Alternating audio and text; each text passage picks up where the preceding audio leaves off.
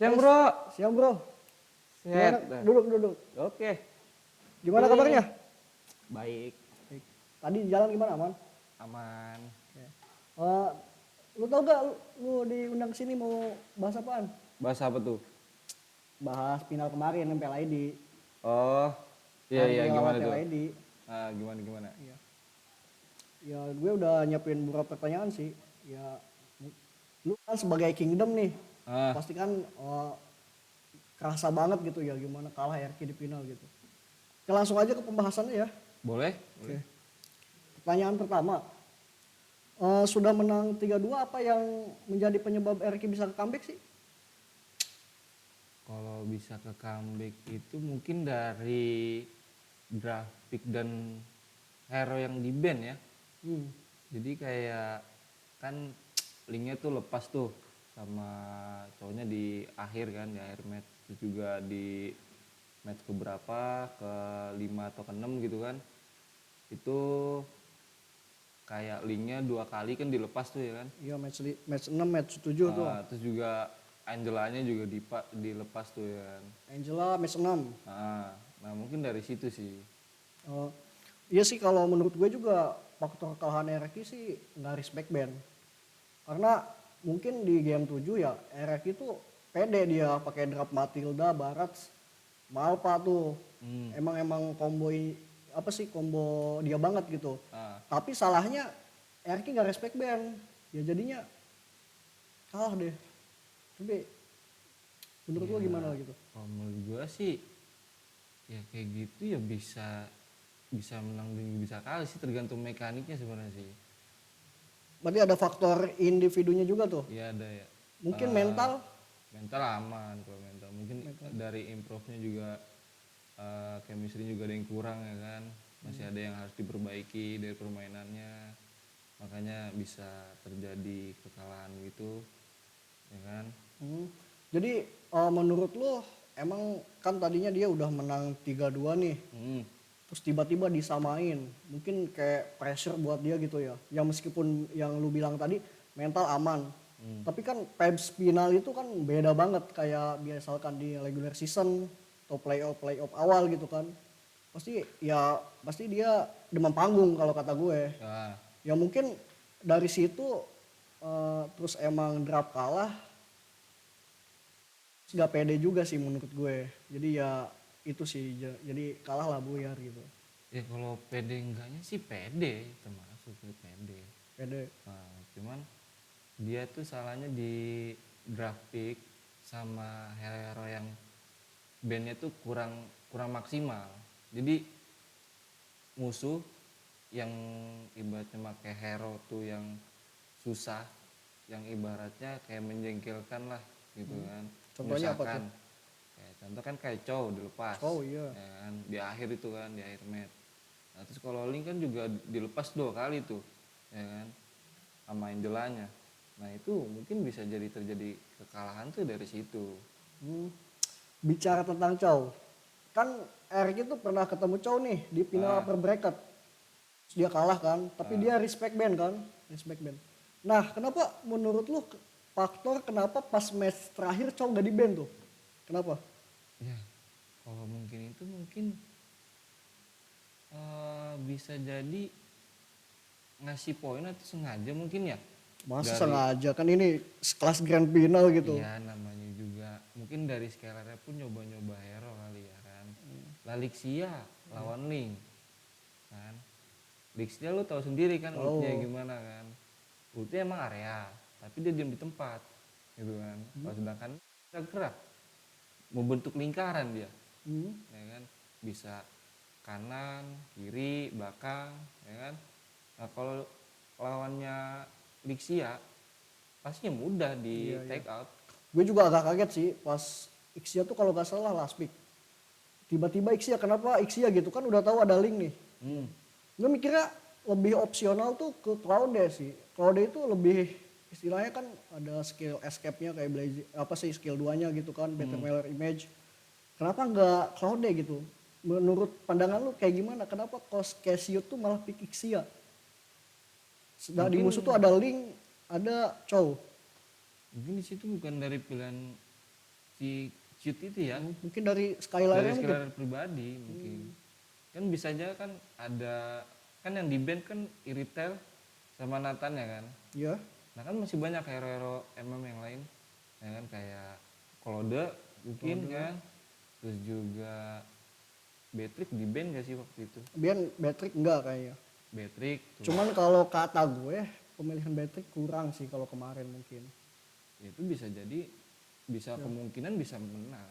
Tapi Ixia itu pick kan yang enggak worth it banget ya. Enggak. Apalagi di game terakhir gitu ya. Ya karena kan hero-heronya pun juga kayak contoh Mateda nggak masuk dong. Ya. Sebenarnya masuk cuman emang Link sih penyebabnya sama Chow sih itu. Nah, iya misalnya kalau cowoknya masuk, linknya masuk kan dia maupun di belakang tetap kena. Ketendang. Iya. Walaupun ibaratnya di backup sama Matilda buat lari gitu kan. Tetap kena kalau udah kena ini ya, kena pick up. Tuh sih. Oke. Lanjut ke pertanyaan kedua. Faktor-faktor apa aja sih kayak dari individunya sih yang membuat RQ bisa kalah di game 7 itu? Faktor-faktornya? Faktor dari individunya. Individunya Dari pemainnya atau dari coachnya, coaching staffnya. Mungkin balik di awal tadi ya kayaknya improve-nya kurang. Strateginya juga mungkin kayak malah makin berkurang dari game sebelum-sebelumnya ya kan. Terus juga mungkin dari chemistry-nya juga ada perubahan. Ada kendor gitu ya. Wah, tapi kalau menurut lu di grand final kemarin Cashcute itu udah bagus banget gak sih kalau menurut lu? Menurut gue sudah bagus. Iya, cuma kan tergantung dari ininya juga sendiri, kayak orang-orang yang mainnya juga sendiri, player-playernya. Kan dia mau nyoba hero apa ya silakan gitu. Dibaca buat memperlancar dia, memperluas menggunakan Godland ini gitu contoh. Terus kalau menurut lo kemarin pemain RRQ yang paling bersinar di final siapa? Apa alasannya? Pemain yang bersinar? Paling ngegendong gitu dari game 1 sampai game 7. Meskipun kalah gitu ya. Mungkin gak ada yang gendong ya. Di situ sebenarnya bermainnya 5. Mungkin saling bekerja sama dengan satu tim. Kalau ngegendong sebenarnya nggak ada. Gak ada, tapi ada yang menonjol gak sih kayak kalau di Liquid kan kemarin emang sebenarnya yang nge-carry Papian. Cuman yang MVP Widi kan emang otaknya di situ. Tapi kalau menurut lu yang kelihatan menonjol tuh dari game 1 sampai 7 di RRQ siapa sih? Mungkin dari itu Scalar mungkin ya, Scalar, Hidop kan. Tapi nomor 1 Skylar tuh. Pasti. Yang kedua mungkin Sujin. Sujin ya. Yang ketiga mungkin Darren bisa. Sebenarnya 5-5-nya ini sebenarnya berguna. Menonjol semua. Menonjol semua ya. Iya. Tapi emang Skylar paling menggendong menurut lu gitu ya? Bisa. Terus lu sadar gak sih Sujin pakai Bane terus? Menurut lu pick Bane itu kayak gimana menurut pandangan lu? Apakah sesuai dengan komposisi timnya, dengan hero-heronya apa gimana? Mungkin tergantung dari draft-draft yang dipilih sama temen-temen ya. Jadi biar menyesuaikan, ibaratnya mencocokkan apa yang harus yang cocok buat combo-kombonya gitu kan. Yang masuk harus gimana. Terus juga biar sekalinya nyerang tuh jadi masuk semua. Iya. Skill-skillnya. Tapi emang menurut gue di patch sekarang sih Bane OP sih. Selain farmingnya cepet, asal jangan di early-nya ke geng aja gitu. Dia tuh istilahnya damage lumayan lah. Cuman emang kalau ada hero TB emang overpower sih. Apalagi buat push turret kan, Bane enak banget. Tapi di late game juga bisa dia. Iya enak banget. Nge-comeback juga. Walaupun ibaratnya sering di gangbang, terus jungler-jungler contoh kayak Bane jungler nih. Jungler-junglernya dirusuh apa gimana. Tetap bisa di late game bisa ini. Asal sampai late game aja gamenya ya. Iya. Kalau late game bound mungkin kalau dari musuhnya nggak ada late game bisa menang. Bisa menang. Iya. Lanjut ke pertanyaan selanjutnya. Apa yang harus dilakukan RRQ setelah kekalahan di final season 14 ini untuk menghadapi MC di bulan Desember nanti. Dari segi mungkin dari segi manajemennya, coaching staffnya, dari segi hero fullnya, Mungkin dari coaching staffnya dulu kayak gimana tuh, harus gimana? konsepnya mungkin ya harus diperhatiin lagi untuk buat player-playernya gitu kan. Ibaratnya combo apa yang bisa masuk dan juga hero-hero apa yang ibaratnya bisa dia ini ya apa namanya bisa digunakan gitu. Kayak ahli menggunakan hero tersebut. Jadi intinya setiap player itu jangan hanya punya satu hero power doang gitu. Iya, jadi Kayak semuanya harus bisa. digali lagi gitu ya, Iya. pelajari lagi. Jadi Kayak Skylar kan Iritel kemarin yang menonjol, Nathan gitu. Mungkin bisa diperbanyak lagi. Tapi kalau Skylar sih udah jago sih, semua MM kayaknya bisa dia. mungkin ya tergantung masuk lagi. Cocok gak buat hero-hero yang dilawan itu? Nah iya betul. Gitu. Makanya wajib bagi tiap player buat bisa menguasai di role hero, di role mereka masing-masing gitu ya. Iya, jadi nggak cuman bisa dere, apa bisa di road contoh, terus juga cuma bisa Khalid tuh kayak Khalid, terus juga Cange contoh misalnya. Enggak harus hero full, harus luas gitu ya. Iya, harus banyak lah. Harus banyak ya. Tapi menurut lo tim negara mana nih yang bisa menyaingi PH sama Indo di turnamen MSIC nanti? Kalau menurut lo pesaing terberat selain PH ya buat Indo? Mungkin di Malaysia sih. Di Malaysia. Iya. Kenapa tuh? Ya, kenapanya mungkin dia kalau dilihat-lihat kan mungkin di contoh kayak di video-video YouTube apa gimana gitu kan. Mungkin termasuk tim kuat juga dia. Kayak SRG mungkin ya yang kemarin setelah menjuari MSC gitu ya. Ya bisa jadi itu. Kayaknya itu pesaing terkuat sih bagi Indo dan PH sih. Mungkin. Iya soalnya kemarin juga AP Brand dikalahin gitu kan ya sama SRG kan. Suatu fenomena gitu, langka gitu kan. Sekiranya PH itu dari 2020 sampai sekarang tuh mendominasi gitu. Setelah kemarin kalah sama Malaysia sih, berarti emang PH ada kelemahan juga gitu. Gak ada pasti, semua tim pasti ada kelemahan masing-masing. Tergantung kita caranya memperbaiki kelemahan itu, gimana caranya. Oke kita break dulu ya. Minum dulu. Oh boleh. Pit nih guys.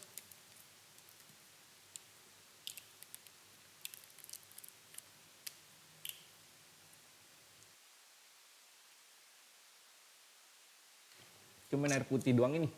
Iya. Ini air pit enak banget. Meskipun tanpa kulkas segar kan rasanya. Manis sih. Iya kan? Yoi. Emang terbaik pit. Yoi. Lanjut. Tapi kan kita Indonesia udah punya 2 wakil nih. TLID sama RRQ. Tapi kans buat tim Indonesia bisa juara di MSIC itu menurut lu berapa persen? Mungkin bisa 7 sampai 80% mungkin ya. 70 sampai 80%. Iya. Kenapa tuh? Iya, karena kan kalau misalnya 1% itu kan nggak mungkin kan. Karena tim-tim lain juga banyak yang kuat-kuat dan juga paham strategi musuh tuh kayak gimana gitu. Jadi dia sebelum melawan tim A contoh dia melihat dulu nih cara permainan tim A gimana, strateginya gimana. Nah jadi dia dipelajarin cara melawan strategi ini gimana, jadi gitu. Iya. Tapi kata lu 70 sampai 80% nih. Iya. Nah, chance buat RRQ lah sebagai Kingdom nih. Bisa juara atau posisi berapa gitu kira-kiranya? Kira-kira mungkin bisa juara 1, 2, 3 mungkin ya. Ya 3 besar gitu ya. Ya masuk ke inilah, bisa jadi final, grand final bisa. Bisa. Nah, Tapi menurut lo tetap tim PH yang chance-nya lebih gede apa tim Indo nih buat sekarang buat juara? Kalau gua sih Indo sih ya, karena gua tinggal di Indo. Ya bukan masalah tinggal di Indonya nih, Nah. tapi kan dari statistik dari tahun-tahun sebelumnya emang PH mendominasi gitu kan.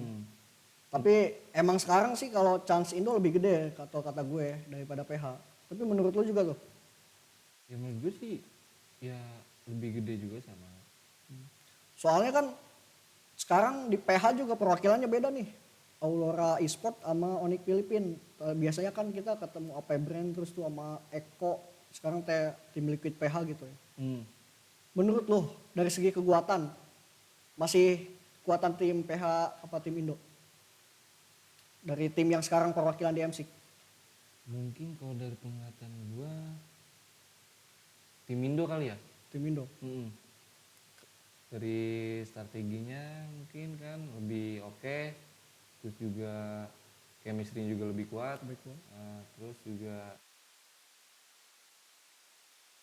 kayak gimana ya, respect lah gitu lah.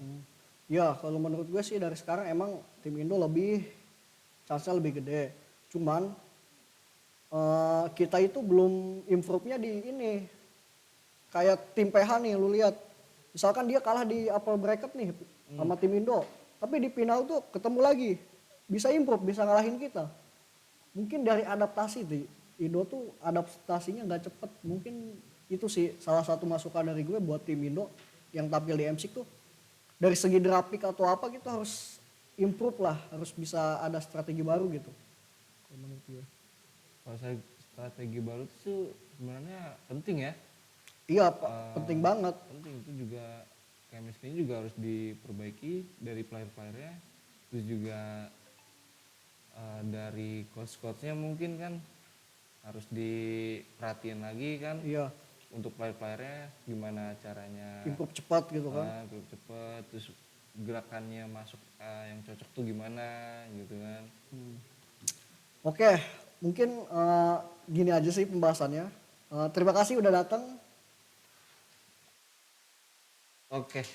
Lu abis ini mau lanjut kemana nih? Mau lanjut ya paling jalan-jalan. Jalan-jalan. Oke, terima kasih semua. Oke. Sampai ketemu. See you. See you next time.